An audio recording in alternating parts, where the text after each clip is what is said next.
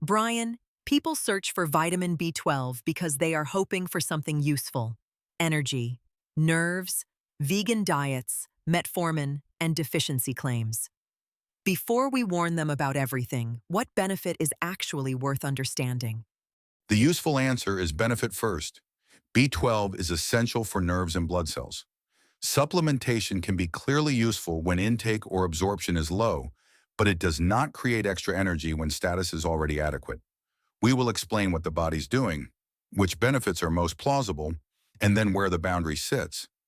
First, follow the substance after it enters the body. B12 supports red blood cell formation, DNA synthesis, and nerve myelin function. This is the first reason the supplement is more than a label on a bottle. Then ask what changes downstream. Absorption depends on stomach acid, intrinsic factor, and the small intestine. This is where the benefit becomes something you can measure, feel, or track. Context is the switch that changes the answer. Vegan diets, older age, bariatric surgery, and metformin can change risk. The same supplement can be helpful, irrelevant, or too strong depending on that context. The first benefit to understand is this: deficiency correction can improve anemia and neurologic risk.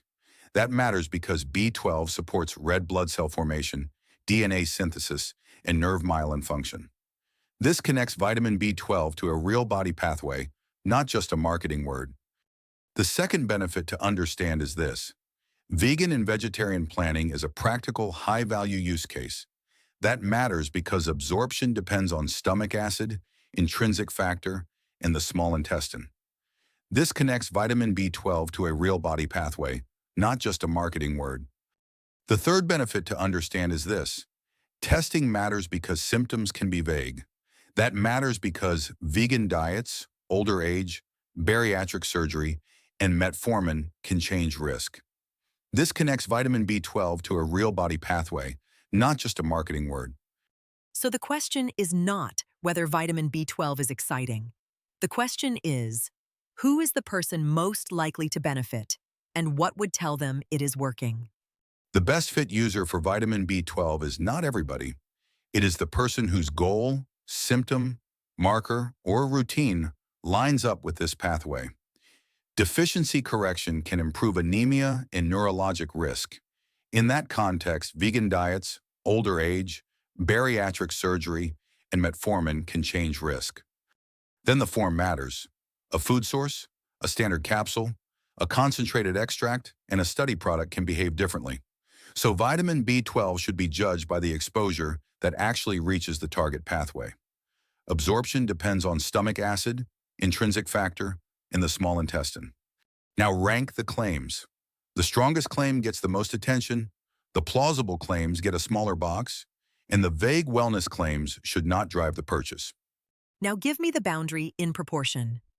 We are not trying to scare people away from vitamin B12. We are trying to keep the useful benefit from being used in the wrong context. The main safety boundary is specific. Neurologic symptoms should not be self-treated without evaluation. Also remember this second boundary. High folate can mask some B12 deficiency signs. That is a reason to personalize, not a reason to turn the whole lesson negative. The simple tracking plan is positive and practical. Choose one target benefit, decide what would improve, watch for the main boundary, and stop if medication and absorption context may require medical testing. The practical ladder for vitamin B12 is benefit first. Name the benefit, understand the pathway, match the person, choose the right form, track the outcome, and keep the boundary visible. So the fair summary is not negative. Vitamin B12 may be useful when the target is specific, the pathway makes sense, and the person can actually track the benefit. Exactly. The body ladder rule for vitamin B12 is simple. Explain the benefit deeply, respect the boundary, and make the decision useful.